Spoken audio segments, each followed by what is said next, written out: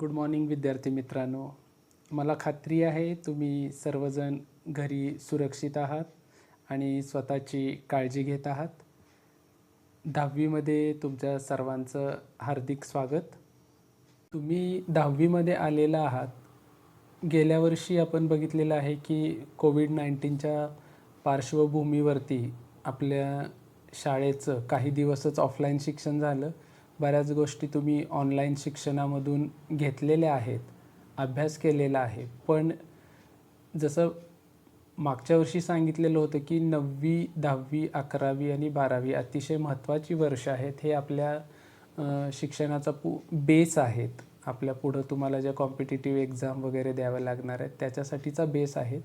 त्यामुळे 10वीच्या सुरुवातीला 9वीच्या काही घटकांची आपल्याला या ठिकाणी उजळणी करायची आहे. तर 9वीमधील विज्ञान भाग 2मधील सजीवांमधील जीवन प्रक्रिया आणि त्यामधील मानवामधील उत्सर्जन या घटकामधली आपल्याला उत्सर्जन संस्थेची रचना अचूकपणे काढणे आणि आपल्या जीवनातील महत्त्व स्पष्ट करता येणे हा भाग आपण पाहणार आहोत. आता मी या निष्पत्तीप्रमाणे उलट्या क्रमाने जाणार आहे. आपण अगोदर या उत्सर्जन संस्थेची माहिती घेणार आहोत, आपल्या जीवनातलं त्याचं महत्त्व पाहणार आहोत आणि मग शेवटी या उत्सर्जन संस्थेची रचना कशी अचूकपणे काढायची ते आपण पाहणार आहोत. मी या ठिकाणी स्क्रीन शेअर पुढची स्लाईड शेअर करतोय.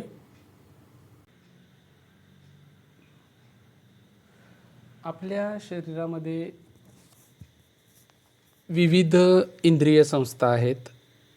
जसं तुम्ही मागाशी सांगितल्याप्रमाणे अन्न पचनासाठी पचन संस्था आहे, श्वासोच्छवासासाठी श्वसन संस्था आहे, सर्क्युलेटरी किंवा अभिसरण संस्था आहे.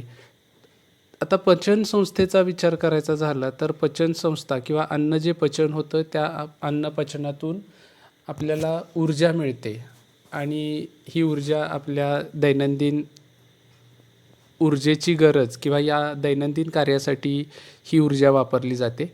हे अन्न पचन होत असताना त्याच्यामध्ये ज्या रासायनिक अभिक्रिया होतात त्याच्यामध्ये अनेक टाकाऊ पदार्थ तयार होतात आणि हे टाकाऊ पदार्थ शरीरातून बाहेर टाकणं महत्त्वाचं असतं आणि हे बाहेर टाकण्याची प्रक्रिया या उत्सर्जन संस्थेमार्फत होते. आता या ठिकाणी आपल्या या तासाला इंग्रजी माध्यम, सेमी इंग्लिश माध्यम आणि मराठी माध्यमाची मुलं आहेत. त्यामुळं थोडं दोन्ही माध्यमांचा मी या ठिकाणी वापर करणार आहे. There are different organ systems in the human body to bring about the different life processes such as digestive system for digestion, respiratory system for respiration. The process of digestion leading to energy production is an important process of our body. Various waste materials are formed during this process and removal of these waste from the body is very important and it is the excretory system that carries out this function. आणि म्हणून आपण ही उत्सर्जन संस्था या ठिकाणी बघणार आहोत. तर आपण 6वी 7वीपासून आपण या किंवा अगदी 5वीपासून आपण उत्सर्जन म्हणजे काय या व्याख्या बघत आलेलो आहोत. आपल्याला एवढं माहिती आहे की आपल्या शरीरातले टाकाऊ पदार्थ शरीराबाहेर टाकणे. तर ही उत्सर्जनाची अगदी साधी व्याख्या आहे. आपण व्याख्या बघूया. टाकाऊ पदार्थ शरीराबाहेर टाकण्याची प्रक्रिया म्हणजे उत्सर्जन होय. Elimination of waste substances from the body is called excretion. आता जसं आपण घरामध्ये जो कचरा तयार होतो, डोमेस्टिक वेस्ट आपण म्हणतो, मग तो कचरा असेल तो आपण आपल्या घरातला कचरा असेल तो आपल्या घरापुरता मर्यादित आपण डस्टबिनमध्ये टाकतो किंवा नगरपालिकेनं आता चांगले उपक्रम असतात स्वच्छतेच्या बाबतीमध्ये. तर या कचरा नगरपालिकेकडून जी कचरा गाडी येते त्याच्यातून कलेक्ट केला जातो आणि तो कचरा त्या कचऱ्याची योग्य विल्हेवाट लावली जाते. एकूणच या सगळ्या प्रोसेसमध्ये आपण अगदी घरापासून विचार केला तर आपलं घर स्वच्छ राहावं, तो जो कचरा साठणार आहे त्याच्यामुळं कोणतीही दुर्गंधी पसरू नये किंवा त्याच्यापासून कुठलेही आजार पसरू नयेत म्हणून आपण स्वच्छता करत असतो. आणि सेम नगरपालिका, महानगरपालिका ह्या ज्या आहेत त्या काय करतात की त्यांच्या लेवलवरती हा कचऱ्याची विल्हेवाट किंवा त्याचं रिसायकलिंग करतात. एकूणच आपला परिसर, आपलं शहर, आपलं गाव स्वच्छ राहावं म्हणून. मग आपल्या शरीराचं पण तसंच आहे की मी सुरुवातीलाच सांगितलं की व्हेरियस प्रोसेस, वेगवेगळ्या प्रक्रिया आपल्या शरीरामध्ये घडत असतात आणि त्याच्यातून जे पदार्थ तयार होत आहेत ते आपल्या शरीरातून बाहेर टाकणं अतिशय गरजेचं आहे. तर मगाशी मी प्रश्न विचारल्यानंतर तुम्ही उत्तरं दिलेली होती की कुठल्या कुठल्या प्रोसेसेस आहेत त्याच्यामधून कुठल्या कुठल्या प्रक्रिया होत असतात. आता ह्या प्रक्रिया होत असताना तुम्हाला माहिती असलेले असे कुठले टाकाऊ पदार्थ आपल्या शरीरामध्ये तयार होतात?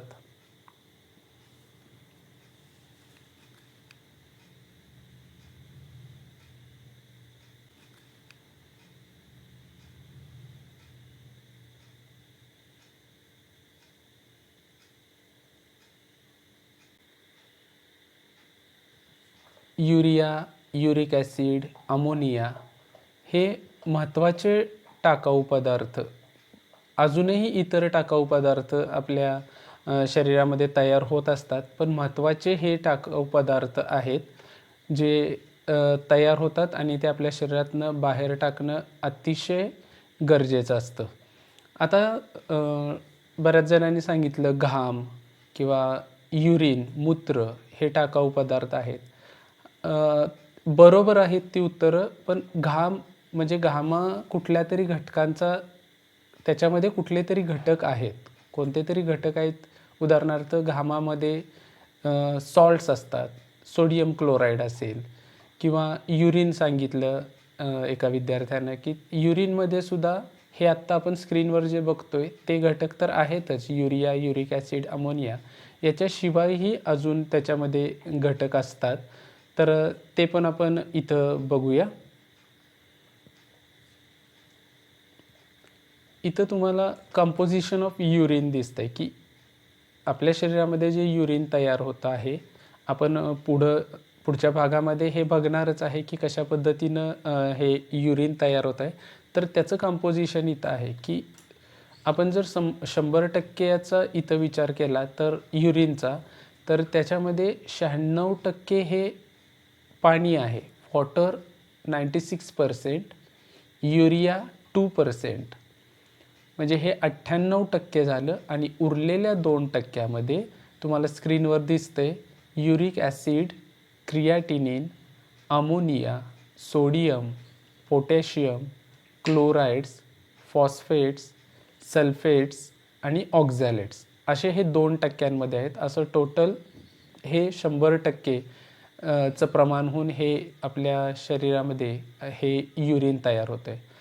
आता मला सांगा की कचरा साठून राहिला आपल्या घरामध्ये असेल, आपल्या परिसरामध्ये असेल, तर काय त्याचे परिणाम होणार आहेत?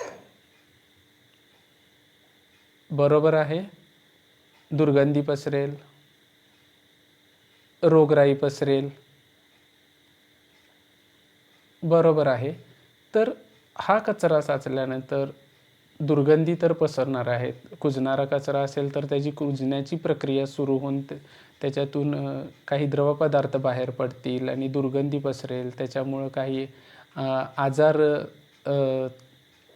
लोकांना होतील. किंवा मग मला सांगा, आपल्या शरीरातले हे जे टाकाऊ पदार्थ आपण आत्ता बघितले, काही तुम्ही सांगितले, हे टाकाऊ पदार्थ आपल्या शरीरात साचून राहिले तर काय होईल? अगदी बरोबर आहे. हे टाकाऊ पदार्थ जर आपल्या शरीरामध्ये साचून राहिले तर ते आपल्या शरीरासाठी घातक ठरतील, ते विषारी बनतील, ते पॉयझनस आहेत. आणि बऱ्याचदा असं होतं की या पदार्थांचं साठवणूक आपल्या शरीरात झाली, त्याचं आपल्या शरीरामध्ये जास्त प्रमाण झालं तर एखाद्या व्यक्तीचा मृत्यूसुद्धा होऊ शकतो. आणि असे हे घातक टाकाऊ पदार्थ आपल्या शरीरातून बाहेर टाकण्याचे अतिशय महत्त्वाचं काम करणारी ही उत्सर्जन संस्था म्हणजेच एक्सक्रिटरी सिस्टीम, त्याचा आपण या ठिकाणी अभ्यास करणार आहोत. ही संस्था जी आहे ते वेगवेगळे अवयव एकत्र येऊन तयार झालेली आहे. त्याच्यामध्ये बघा, उत्सर्जन संस्थेत वृक्काची जोडी, मूत्रवाहिनीची जोडी, मूत्राशय, मूत्रोत्सर्जक नलिका यांचा समावेश होतो.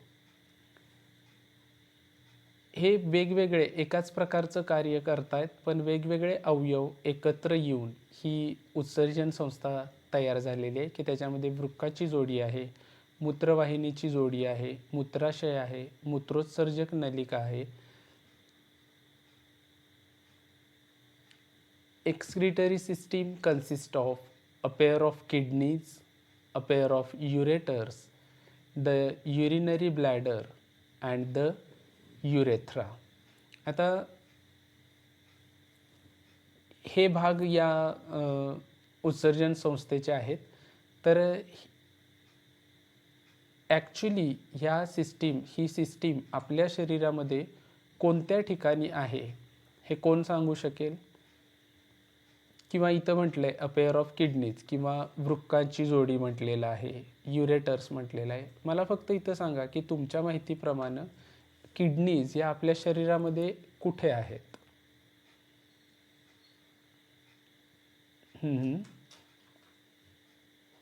पाठीमागच्या बाजूला. बरं, अजून वेगळं कुणाचं? पोटाच्या मागे. ठीक आहे, अजून वेगळं कोणाचं? ठीक आहे, बऱ्याच जणांनी सांगितलं की पाठीकडे आहे, पोटाच्या मागे आहे. तर नेमकं स्थान, कारण शेवटी आपण हा अभ्यासासाठी तर हा भाग आहेच, पण आपल्या शरीरामधल्या या संस्था, आपल्या शरीरामधले हे महत्त्वाचे अवयव हे आपल्याला अतिशय डिटेलमध्ये माहिती असणं गरजेचं आहे. फक्त अभ्यासासाठी किंवा परीक्षेसाठी म्हणून त्याकडं बघायचं नाही आहे. आपण काय टॉपिकचंच नाव आहे life processes in living organisms. तर ह्या प्रोसेसेस आपल्याला माहिती असणं अतिशय गरजेचं आहे. मी या ठिकाणी माझं स्क्रीन शेअर थांबवतो आहे आणि दुसऱ्या एका ॲपमधून तुम्हाला मी त्याचं लोकेशन नेमकं या कुठं आहे ही सिस्टीम ते मी दाखवणार आहे.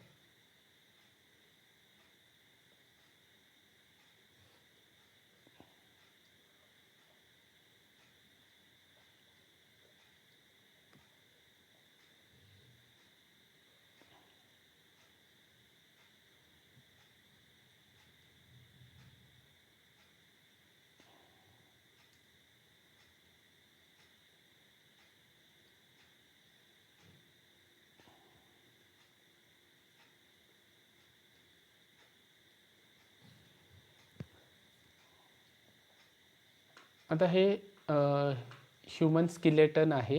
स्किलेटन तुम्हाला दिसतंय, फिमेल स्किलेटन आहे याच्यामध्ये. तर याच्यामध्ये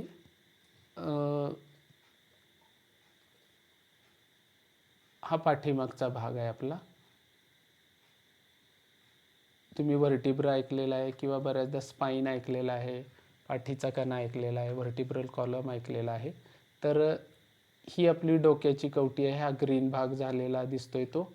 याच्या बरोबर खाली आहेत हे सर्वायकल स्पाईन आहेत, म्हणजे आपण मानेचे मणके म्हणतो. इकडं मी ज्याला क्लिक करेल तो तुम्हाला दिसतोय CO. हा दुसरा 2 नंबरचा आहे मानेचा मणका, हा 3 नंबर, 4 नंबर, 5 अशा पद्धतीने हे मानेचे मणके आहेत. पुढे तुम्हाला हे थोरॅसिक स्पाईन म्हणजे पाठीचे मणके तुम्हाला दिसतील. तुम्ही बऱ्याचदा ऐकलं असेल वयस्कर लोकांचं मानेची चकती सरकलेली आहे किंवा मानेची चकती दबली गेलेली आहे किंवा ह्या पाठीच्या मणक्यातल्या कुठल्या तरी चकत्या सरकल्या, तर या चकत्या आहेत. या ठिकाणी हा मणका जिथं रिब्स सुरू झालेले आहेत, हे बघा या ठिकाणी ह्या रिब्स आहेत आपल्या. मी आता ग्रीन पार्ट जो दिसतोय ते आपल्या बरगड्या आहेत, रिब्स आहेत. तर इथं बरोबर पाठीचा कणा आहे. म्हणजे आत्ता एका विद्यार्थ्याने सांगितलं की पोटाच्या पाठीमागं, बरोबर आहे, इथं आपला पोटाचा भाग असेल या बरगड्यांच्या खाली, आणि त्याच्या पाठीमागं, पोटाच्या पाठीमागं या किडनी आहेत, आपली वृक्क आहेत. आता ती कुठं आहेत नेमकी? स्क्रीन दिसते मला, काय प्रॉब्लेम असेल, स्क्रीन दिसलं नाही तर मला लगेच कळवा. तर इथं मी आता क्लिक करतोय, तर हा भाग आहे बघा, लेफ्ट किडनी, इकडं राईट किडनी, इथं वरती लेबल्स येत आहेत. तर या 2 किडनी आहेत. तर पाठीच्या कण्याच्या बाजूला या पद्धतीनं प्रत्येक बाजूला, म्हणजे इकडची एक बाजू, डावी बाजू, उजवी बाजू पाठीच्या कण्याच्या, ह्या प्रत्येक बाजूला एक किडनी किंवा एक वृक्क आहे. त्याच्यानंतर ही किडनी वृक्कांची जोडी झाली, पेअर ऑफ किडनीज झालं. आता आपण पुढचं जे पार्ट बघितला, मी थोडं एनलार्ज करतो. हा जो ग्रीन झालेला पार्ट आहे हा युरेटर, लेफ्ट युरेटर.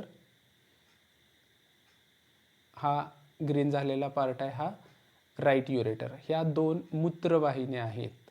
ओके, आणि त्याचं कनेक्शन पुढं इथं हा जो भाग आहे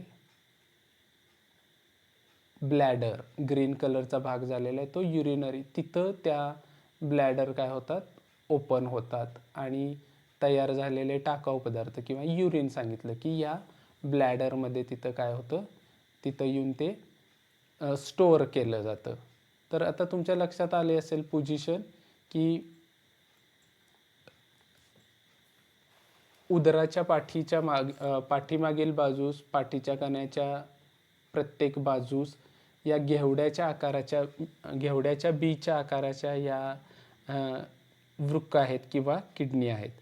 the 2 bean shaped kidneys are situated on either side of vertebral column on the posterior side of abdomen. इथं 2 bean shaped kidneys, 2 घेवड्याच्या आकाराच्या या किडनीज आहेत, on either side of vertebral column on the posterior side of abdomen. पोटाच्या पाठीमागच्या बाजूस या काय आहेत, किडनीज आहेत. आपण पुन्हा एकदा आपल्या स्क्रीनवरती आलेलो आहोत. तर आत्ताच आपण लोकेशन बघितलं, एक्सक्रिटरी सिस्टीम किंवा त्याचं स्थान बघितलं.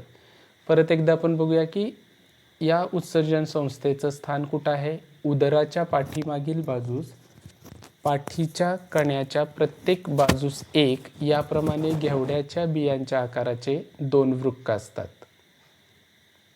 The 2 bean-shaped kidneys are situated on either side of the vertebral column on the posterior side of abdomen. आत्ताच आपण त्या ॲपमध्ये लोकेशन बघितलेलं आहे, त्याचं स्थान बघितलेलं आहे. आता आपण पुस्तकामध्ये आकृतीच्या साहाय्यानं कशा पद्धतीनं त्याची माहिती दिलेली आहे ते बघूया. मी तर 2 आकृत्या, एकाच संस्थेच्या 2 आकृत्या डिस्प्ले केलेल्या आहेत की त्याच्यामध्ये मराठी मीडियमच्या मुलांसाठी पण आहे आणि सेमी इंग्रजी माध्यमाच्या मुलांसाठी पण समोर तुम्हाला फिगर्स दिसत आहेत. तर ही जी रचना आहे आत्ता आपण बघितलेली, आपण डायग्रॅममध्ये बघूया की 2 बाजूला 2 वृक्क आहेत. त्याच्यामध्ये एक वृक्काचा आपल्याला उभा छेद दाखवलेला आहे, तो आपण नंतर पुढे बघणारच आहे. पण इथं महत्त्वाचे या आकृतीतले भाग आपल्याला वृक्क, त्याच्यानंतर मूत्रवाहिनी, मूत्राशय या पद्धतीनं हे आणि मूत्रोत्सर्जक नलिका हे 4 घटक आपल्याला महत्त्वाचे आहेत आकृतीच्या दृष्टीनं. परीक्षेमध्ये आकृती जेव्हा विचारली जाते तेव्हा महत्त्वाचे हे लेबल्स त्याच्यामध्ये किंवा ही नावं त्याच्यामध्ये असणं गरजेचं आहे. बघूया आता इथं लाल रंगाची दिसते ती आहे वृक्कधमनी आणि निळ्या रंगाची जी दिसते आहे ती आहे अधोशीर. आता तुम्हाला माहितीच असेल की शिरा ह्या अशुद्ध रक्त वाहून नेतात आणि धमनी ह्या शुद्ध रक्त वाहून नेतात. आता अशुद्ध आणि शुद्ध, आता याच्या पुढं जाऊन मी असं सांगेन की शुद्ध रक्त म्हणजे ऑक्सिजनयुक्त रक्त, की ज्याच्यामध्ये ऑक्सिजनचं प्रमाण जास्त आहे ते शुद्ध रक्त, ऑक्सिजनयुक्त रक्त. आणि अशुद्ध रक्त म्हणजे विनॉक्सिजनयुक्त रक्त, की जे अशुद्ध आपण म्हणतो, विनॉक्सिजनयुक्त रक्त आपण म्हणतो, ते हृदयाकडे जाऊन हृदयाकडून ते फुफ्फुसाकडे जातं आणि तिथं ते ऑक्सिजन मिसळून परत ऑक्सिजनयुक्त बनतं आणि परत हृदयाकडे येऊन परत शरीराच्या इतर भागांकडे पाठवलं जातं. तर वृक्कधमनी हे ऑक्सिजनयुक्त रक्त वाहून नेते आणि अधोशीर हे विनॉक्सिजनयुक्त रक्त वाहून नेते. त्या धमनीमधूनच मूत्रवाहिनी निर्माण झालेली आहे, तयार झालेली आहे. ती पुढं मूत्राशयामध्ये येऊन मिळते. दोन्हीकडच्या 2 मूत्रवाहिन्या मूत्राशयामध्ये येतात आणि या मूत्राशयामध्ये की जी अगदी रबरी पिशवीसारखी ही पिशवी आहे, ज्याची कपॅसिटी म्हणजे त्याला क्षमता आहे त्याच्यामध्ये युरिन साठवून ठेवण्यासाठीचे. तर हे असं मूत्राशय आणि मूत्राशयाच्या पुढं या मूत्रोत्सर्जक नलिकेमार्फत हे मूत्र किंवा हे युरिन हे टाकाऊ पदार्थ आपल्या शरीराच्या बाहेर टाकले जातात. आपण पुढच्या भागामध्ये ही आकृती कशी काढायची ते बघणारच आहोत. पण हे अवयव हे पार्ट तुम्ही माहिती करून घेतले व्यवस्थित तर तुम्ही डायग्रॅम काढताना आपल्याला ते सोपं जातं. आपण या डायग्रॅममध्ये बघूया. There are 2 bean shaped kidneys. This is ureter, yellow कलरचे जे दिसत आहे ते युरेटर. दिस इज ब्लॅडर, मूत्राशय, अँड युरेथ्रा, जिथून युरिन पास होणार आहे पुढे. आता याच्यामध्ये इथं अजून एक भाग मला सांगायचा राहिला की या किडनीच्या वरती, या वृक्काच्या वरती हा एक उंचवटा दिसतोय.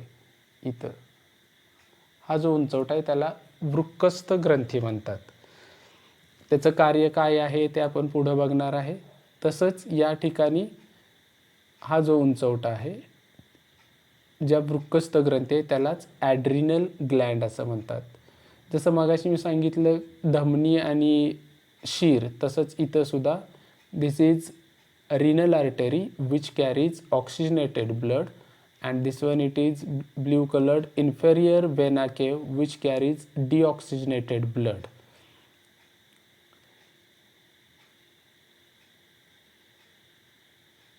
This is all about the structure.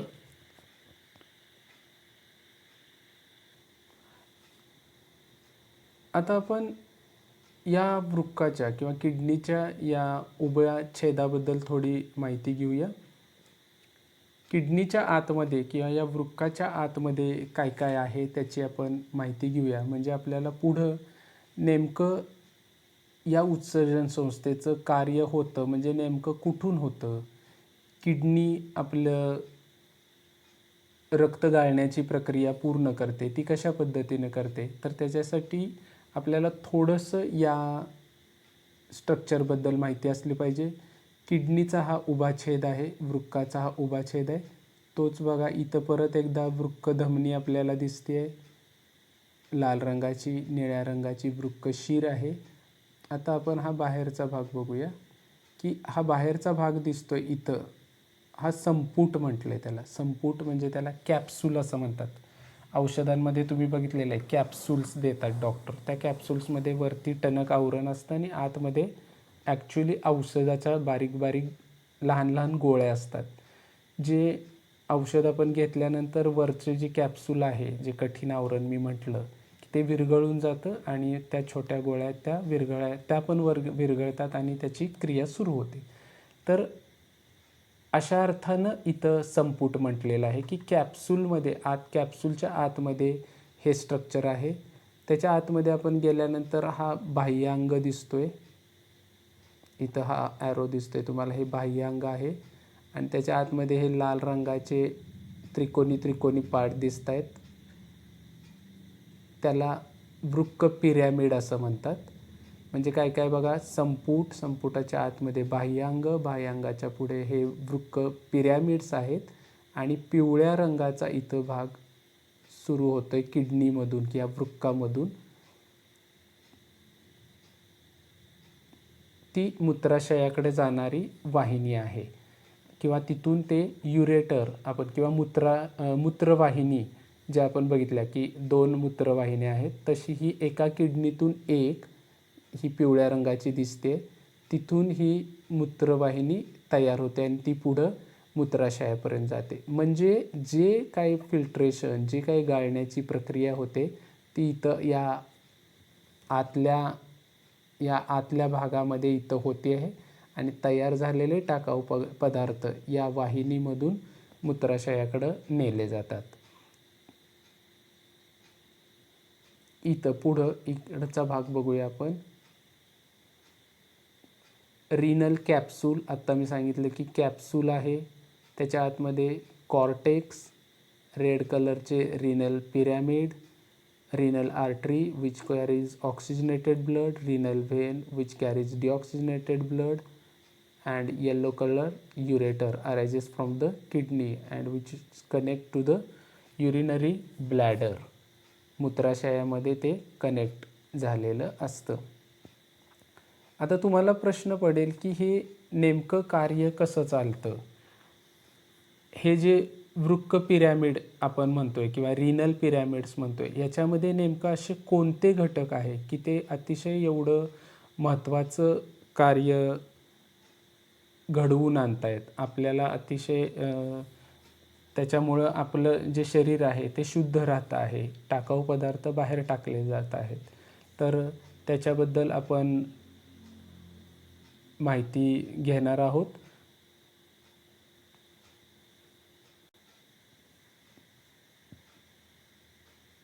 The functional unit of the kidney that performs the basic function of filtration is called nephron.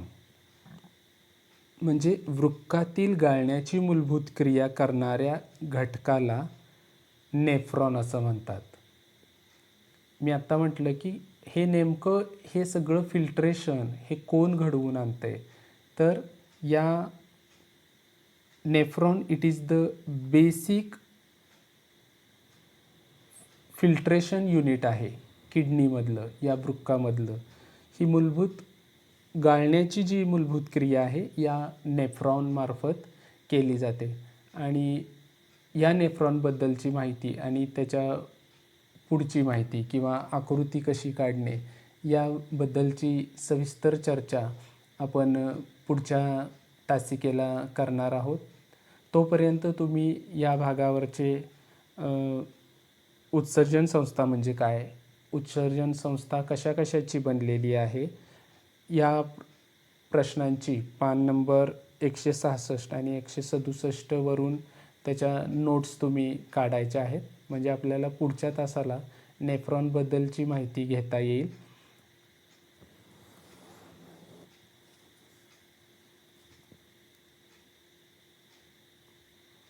तर या भागावरची आवश्यक ती माहिती तुम्ही तुमच्या वहीमध्ये लिहून ठेवायची आहे.